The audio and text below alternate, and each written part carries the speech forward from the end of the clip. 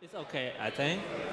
So, hello everyone, and I would like to thank you to Two Monkeys. It was an amazing presentation. Thank you so much for that presentations.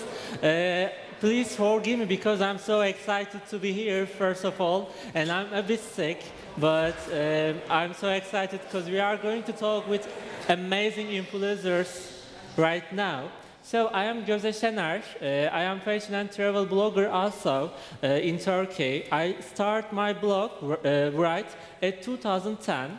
Since that day, I am writing my blog about fashion and lifestyle. So it's an amazing time for me too. Now we are talking with our influencers, so let me invite them here. First of all, I would like to invite REGITSE ROSENVINGE, the Copenhagen traveler.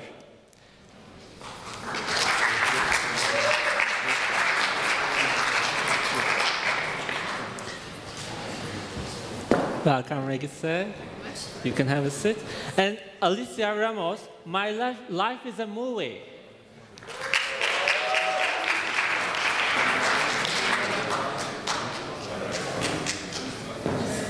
You can sit here and welcome again, ALYSSIA. And GILBERT ANTOLIN, Luxury World Traveler.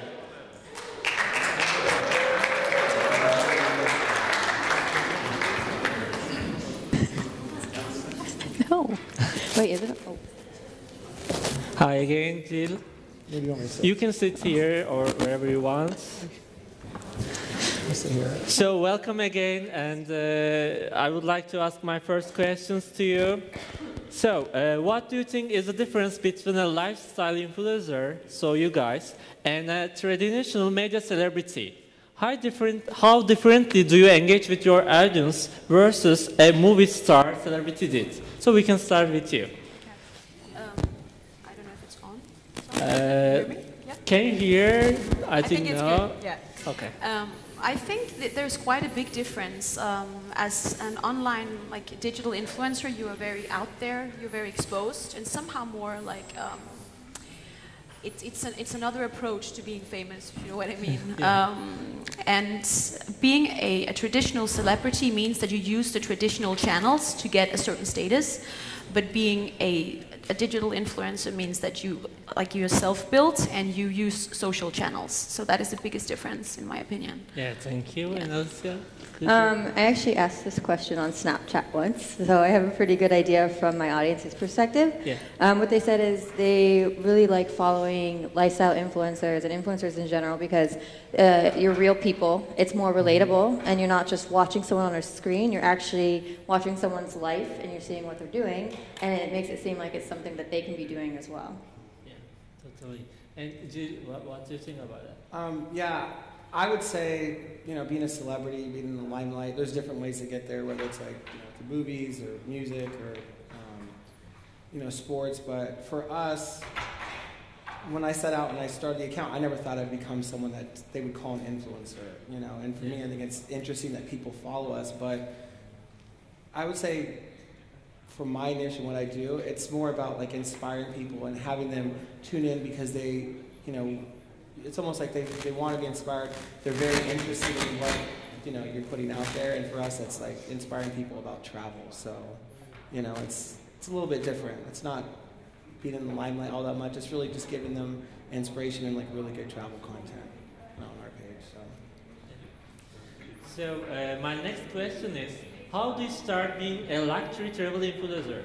If a traveler is not a luxury traveler blogging, but terribly want to be there, what do you suggest? They change their lifestyle first, or should they change their creating content like luxury first? What do you think? So we can start with you. Well, I think it's for me at least, it was kind of a journey. It just didn't happen overnight that I became a luxury travel blogger.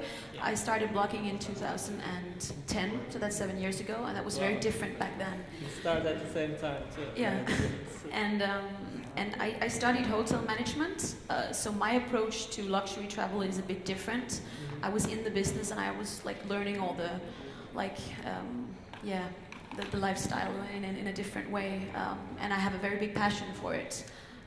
So I think for me it was very natural but it was definitely a process starting in 2010, and then it was developing into, you know, travel and then luxury travel. So, yeah. Thank you. What about you?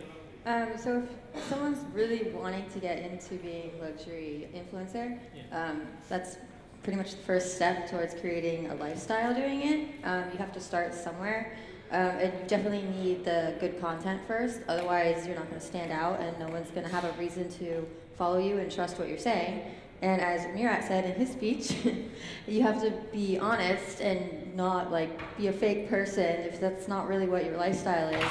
No one's going to trust what you're saying, and the overall goal should be that, as he also said in his speech, you're supposed to be selling a product, which is most of the time travel. So if you're someone who doesn't often talk about luxury and you don't really know the difference between a really nice spa and not a nice spa, and people are just following you for your pictures, that's great, you can have a ton of followers, but you're not going to be successful as an actual brand and monetizing it. So content first. Yeah, I totally, yeah. That it's like a lifestyle, it's a feeling, the luxury travel niche, yes. you know, it's, you really have to feel it and to be there and to understand it in a different way. So it's, yeah. And Gilles, what do you think? Well, I think Alyssa made a really good point. Content's king. So for someone that wants to start a luxury travel blog or get into that space, I think understanding the luxury market is really, really key. And it's really hard to portray yourself as a luxury brand if you're traditional television advertisements or magazine advertisements or newspaper advertisements. You won't see a company like Dolce & Gabbana or Lamborghini, you know, or any of these like high-end brands have really bad content, right? Usually it's the best of the best. And so when I started my Instagram page, unfortunately I wasn't an amazing photographer. So what I would suggest to people is to leverage the talents of others, and that's really what I did. When I started, the reason I love Instagram is it's so easy to find good content. So I would reach out to people who are already photographing stuff in the luxury sector, already making videos in the luxury sector, and then collaborate with them and basically use their talents to help me get into the marketplace. Yeah, because all of us like sharing our feelings and lives to our followers, so it should be a real and it should be a more like inspiring to other people. So helpful. And helpful, sure. So the other question is, how do you decide which production or brand to promote? Do you have do's and don'ts? Do you have like a blacklist of products or brands that you would never promote? Because, well, I think first of all, like the bigger the blogger you are, the more collaborations you are, like the more people want to work with you. And we receive a lot of requests every week and every month, and you have to just kind of pick the ones that suit you the best. So if you choose the wrong ones, you'll be like quickly seen as untrustworthy, and that's the worst thing you can do for your readers. They won't like trust you, and they, you know, your liability and your kind of loyalty goes down the drain. So you have to pick something that matches your brand really well. As for me, I usually pick collaborations involving hotels, wellness, restaurants, and something that's really core to my brand, which is my brand. So I would never, for example, write about fitness clothing or baby stuff. Like, that's really not my brand. So stay away from that. Picture, I don't know. Do you have any? It's kind of hard to find for luxury travel, but you never know. You never know. Thank you. What about you? I agree with what she said as well. For me personally, if I'm reaching out to work with brands, I will only reach out to products and brands that I personally would use and that I think my audience would use. Otherwise, it's pointless, and I don't like to do business where I can't deliver what the brand is paying for. That actually also gives bloggers and influencers a really bad name if you do that, so don't do that. As far as products that I wouldn't work with, I guess, like you said as well, anything that would deter your audience. They are really, really picky about even sponsored posts. So if you post something that's A, too salesy, or B, something that you're very clearly just doing because you're being paid to do it, it doesn't do well at all. And it looks really bad, especially for brands that look at you after that, because they do look and they watch you for a while. So yeah, it's hard sometimes to say no, but sometimes you have to. But, yeah. I won't go into the blacklist though. Why not? Okay. Come on. So, Jill, could you talk? Yeah, I would say being really successful on social media, consistency is key. So we're talking about which brand you want to work with and which ones you don't. You know, everyone here, I'm sure, is on Instagram or is on Facebook. We all follow theme pages. We're all getting inspiration from somewhere. And so I think it's very easy for any of us to pick out an advertisement on someone's Instagram page or Facebook page. Yeah. And I think you know, that's the reason why traditional media is so much different than social, is because people go to social for inspiration and to get ideas. They don't go there to be advertised to. So if you're a luxury blogger and you advertise... Is that better? And you're advertising something that isn't luxury or doesn't fit your brand, your followers will know really, really fast. And the evidence on Facebook and Instagram is the number of engagement and likes that you get, right? I mean, if you put up something and they know it's an ad and you know it's an ad, a lot of times your engagement's going to be, you know, less than half or 30% of what a normal one would be. So I would just say, stay consistent with what you do, you know, and just work within, Alyssa said, products that you would actually use. You know, if you're in travel, places you would actually go. You know, services you would use, restaurants you would eat at, and not kind of, you know, I wouldn't say, I just say, don't jeopardize your brand. You know, have your integrity. It's very important. Because you can't win it back. At least when you do something wrong, it's really hard to go back to zero. You know? It is, and you know that's one of the toughest things about being a social media influencer. Is I feel like we're held to higher standards in traditional media, right? Because we have to be inspirational and we have to be, you know, constantly feeding good content and be engaging our audience, and not be able to take some of the shortcuts that traditional media has. You know, you could watch a television show, then the ads come on, but with us, if we are going to, you know, incorporate that into it, it just has to be very organic. You know, it has to be done very selectively, I would say. Like naturally, and what we are doing in our lives. So I totally agree. It's got to be believable. Right? And very natural. And from heart, I think it should be come from here.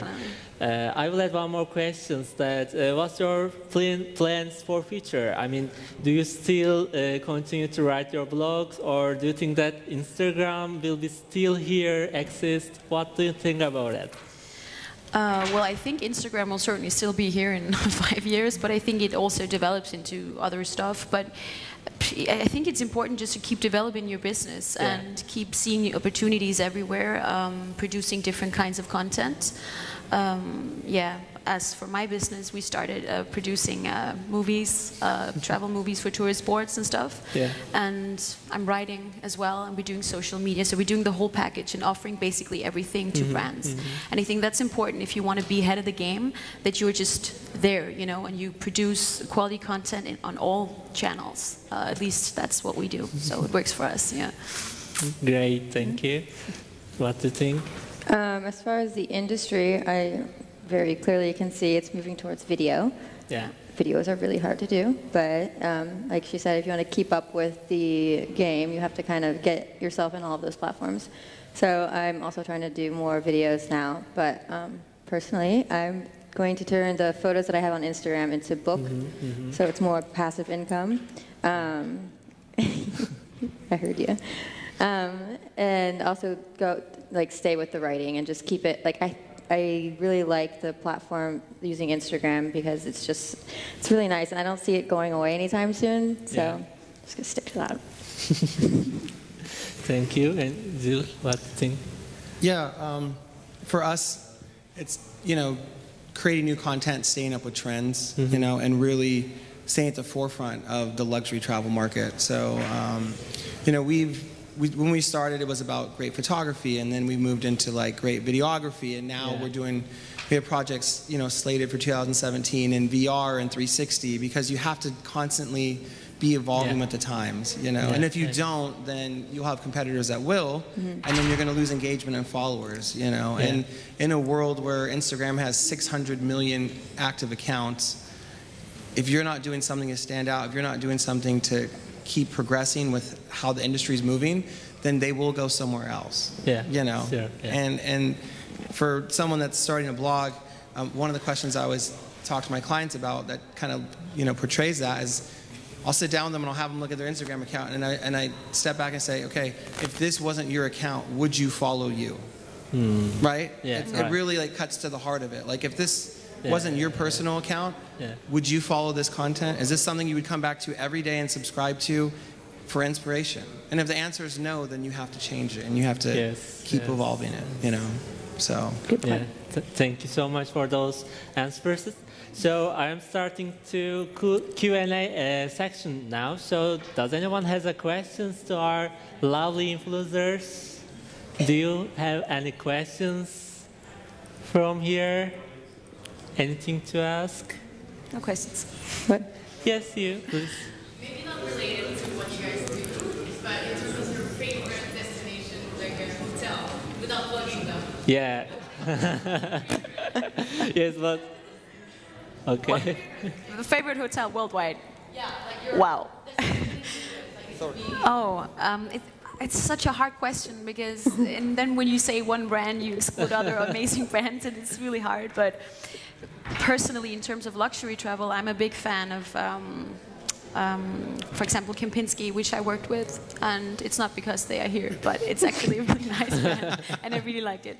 But there are many amazing also destinations. I'm from Scandinavia, and we have some pretty awesome destinations up there. Yeah, so I like that too. Even though Caribbean, everywhere, Africa, South America, there are many nice places. But I see a trend, at least, going to the Arctic regions of the world. I think that's getting more and more popular, and more people travel there. And so, yeah, I hope it answered your question somehow. I don't know. I really like the hotels in India because a lot of them are palaces. Like They're real palaces. Yeah. Why not? And you? that's a really hard question for me. I mean, I am more of a tropical person than I am a snowbird. I'll go to the snow for like 3-4 days at a time, and then I'm pretty much, you know, I'm over it, you know. I'll get the slopes, do that, and then I want to be back to where it's warm. So I would say, I don't know if it's my favorite, but I'd say probably the most unique place that I would enjoy going to if it wasn't 24 hours from my house would be the Maldives. I think if you haven't been there, it's something that everyone should definitely experience once in their life. There's 300 resorts there. And so obviously I've only been to a handful of them. I can't speak for it, but I think sitting in an overwater bungalow and having the stingrays and the sharks and the fish swim beneath you, and you know. And it's disappearing as well. So and it's you disappearing. Have to catch it now if you want to We don't know how much longer it's going to be there. Yeah. But I think it's just so unique in the fact that I've never been to a place where there's just that many remote islands, you know, and a remote environment that is untouched by the rest of the world. Yeah. You know, and you go to sleep at night and you don't see anything in any direction. It's kind of hard to do that anywhere else. So I would say, and my favorite one that I stayed at was it's called Vela Private Island. Without plugging them. Great. No plug. Okay, thank you. Any other questions? Okay, please. So do you think it's possible now to run a successful blog that makes money without a team or without support? Is that at all possible? Or is it essential now to have outsourced? Would you mind repeating the question? Sorry. We are unclear. Sorry. Okay, so in the past, I think people managed to monetize their blogs and have an income, etc. Just them, you know, they were the sole person behind it. But I don't know, do you think it's possible now to do that as a solo person, or is it essential to outsource or have a team, especially given that you know, the standard of content has to be so much higher, and in, you know, obviously different streams as well? Well, as I said before, I think if you want to be ahead of the game, you need to be in all like social media channels and stuff, and you can't do that on your own unless you want to be super stressed, and I guess you don't want to do that. So I think you can, but you have to know your team, your mates really well, and they have to understand your vision. So keep it maybe 1 or 2 persons who will help you with the content and trust them, and yeah, I think that's pretty important if you want to be like up there.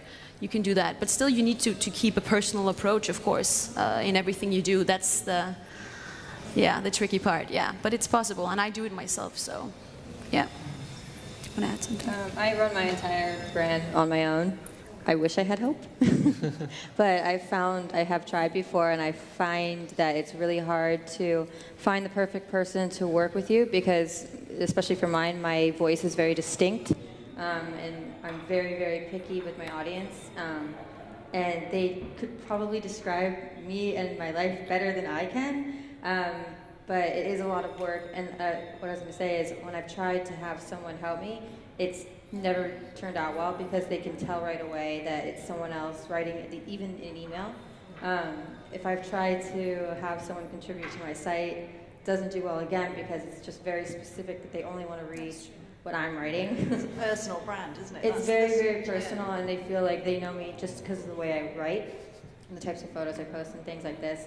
So it is tricky. Also, just to add to the fact that there's like also a difference between our three brands. It's not like similar. I think, for example, Alyssa's brand is a lot more personal than mine. It has a personal touch, my brand, but it's more like business, like luxury travel, business and hotels and stuff. So it's more like a magazine, and I think that's why I can do it. But yeah. I think when you start, you can. When I started 5 years ago, it was just me, and it was a lot of work. So I guess the short answer is yes, but just know there's a lot that's going to go into it. When I started, like I said earlier, I didn't have a lot of amazing content. So I would spend, I think, for almost religiously for an entire year, Sunday nights, 4 to 5 hours before I had to go to my other job on Monday, emailing photographers, emailing hotels, emailing tourism boards, emailing brands, and requesting the ability to use their media, and giving me licensing rights. And I spent more time on Google Images and doing that. And so I think yes, when you first start. I think yes when you first start, and then you can, as you get bigger, then you can start adding a lot of help, And when I first started, the first assistant I had was a remote assistant that worked in India, and then I kind of delegated the find good content job to her for like 6 months, and she worked while I was asleep, so it was great. So I think there's ways to kind of build it up, but initially, and I think they probably speak to the same fact, it's your baby, so you want to be the one doing it, and then as you progress, you can add more people. Thank you. Question? Yeah, that's a good question. Thank you. And any other last questions? Who would you like to ask? Yes, you please. Sometimes you guys ever wish to get outside of luxury? Not to change your brand, but sometimes I'd rather have I feel sometimes when I go to 5-star hotels, I feel like I miss a lot of the culture and meeting people. And that maybe the main thing is staying at the hotel versus seeing the destination. Do you ever feel sometimes you're missing an element of travel by just focusing on luxury? I'm so happy you asked that exact question, actually, because it's so important. Luxury is not only 5-star hotels and Michelin restaurants. It's so much different than it was 10 years ago, 5 years ago. It's always developing. But I think today luxury for many people is finding some sort of quietness and bliss somewhere. Going somewhere quiet, retreats somewhere around Asia, for example. It doesn't need to be super luxurious in the traditional sense. So I'm working a lot with mindfulness, so I think that's also luxury in my sense. Back to you. If you want. Mine's actually a mixture. I don't do 100% luxury or 100% hotels. Gil, just put It's it not down. coming from us, no worries. A lot of the local culture into my post.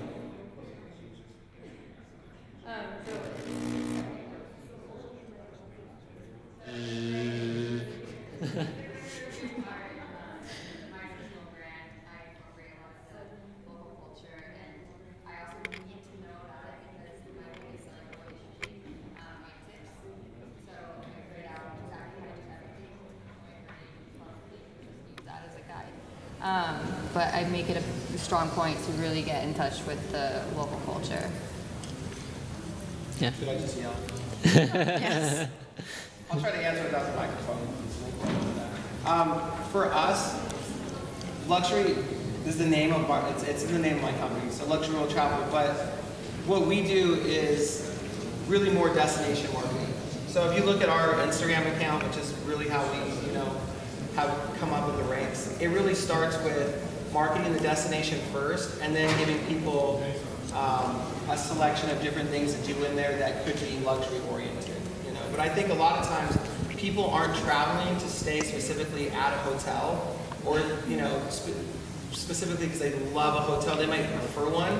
I don't think that's why people visit destinations. And I think right now there's a real big gap in destination marketing. I think there's a lot of people that don't understand that. It's not so much the hotel or the restaurant or those types of activities. It's really, you want to go, people that really travel and travel a lot like to experience the culture, the people, and the destination. And so I think it has to be a blend of incorporating those elements into it, but not missing the bigger thing, which is actually the destination. And each destination is unique, and they all have luxury properties and things you can do. But for us, it's like destination first, and then kind of incorporating the luxury elements within it. Does that make sense? Yeah. So thank you so much, and thank you so much for joining us. Have a nice day. Thank you. Thank you.